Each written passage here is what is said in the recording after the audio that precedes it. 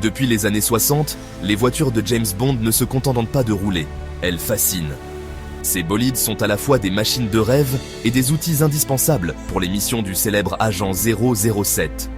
Explorons ensemble les modèles les plus iconiques, leurs caractéristiques uniques et les scènes inoubliables qui les mettent en valeur. On commence par la star des voitures de James Bond, l'Aston Martin DB5. Apparue pour la première fois dans Goldfinger en 1964, cette voiture est devenue un symbole. Caractéristiques, mitrailleuse cachée, siège éjectable, plaque d'immatriculation rotative et radar embarqué. Fun fact, la DB5 a récemment fait son retour dans No Time to Die en 2021, prouvant que certains classiques ne se démodent jamais. Prix.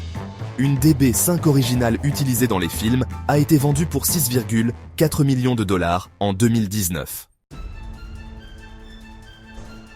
Direction. Les années 70 avec la Lotus Esprit S1, une voiture qui sait faire des vagues, littéralement. Dans L'espion qui m'aimait, ce bolide se transforme en sous-marin. Caractéristiques, propulseur sous-marin, lance-torpille et capacité à échapper aux poursuites aussi bien sur terre que sous l'eau. Fun fact, ce modèle unique a été vendu aux enchères en 2013 pour près d'1 million de dollars. Plus tard, dans Le monde ne suffit pas, James Bond troque l'Aston Martin pour une BMW Z8. Un choix audacieux, mais pas moins spectaculaire.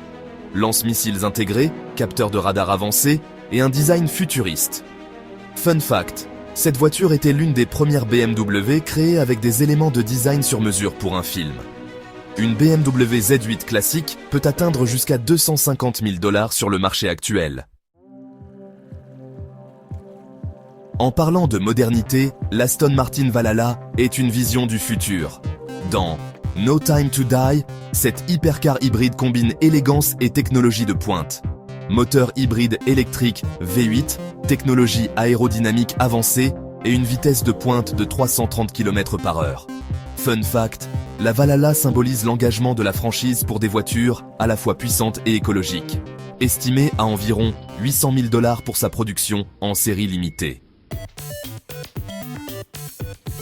Et que serait une exploration des voitures de James Bond sans mentionner la Rolls-Royce Phantom 3 dans Goldfinger, 1964, la Ford Mustang Mach-1 de Les diamants sont éternels, 1971, ou encore l'Aston Martin V8 Vantage dans Tuer n'est pas joué, 1987.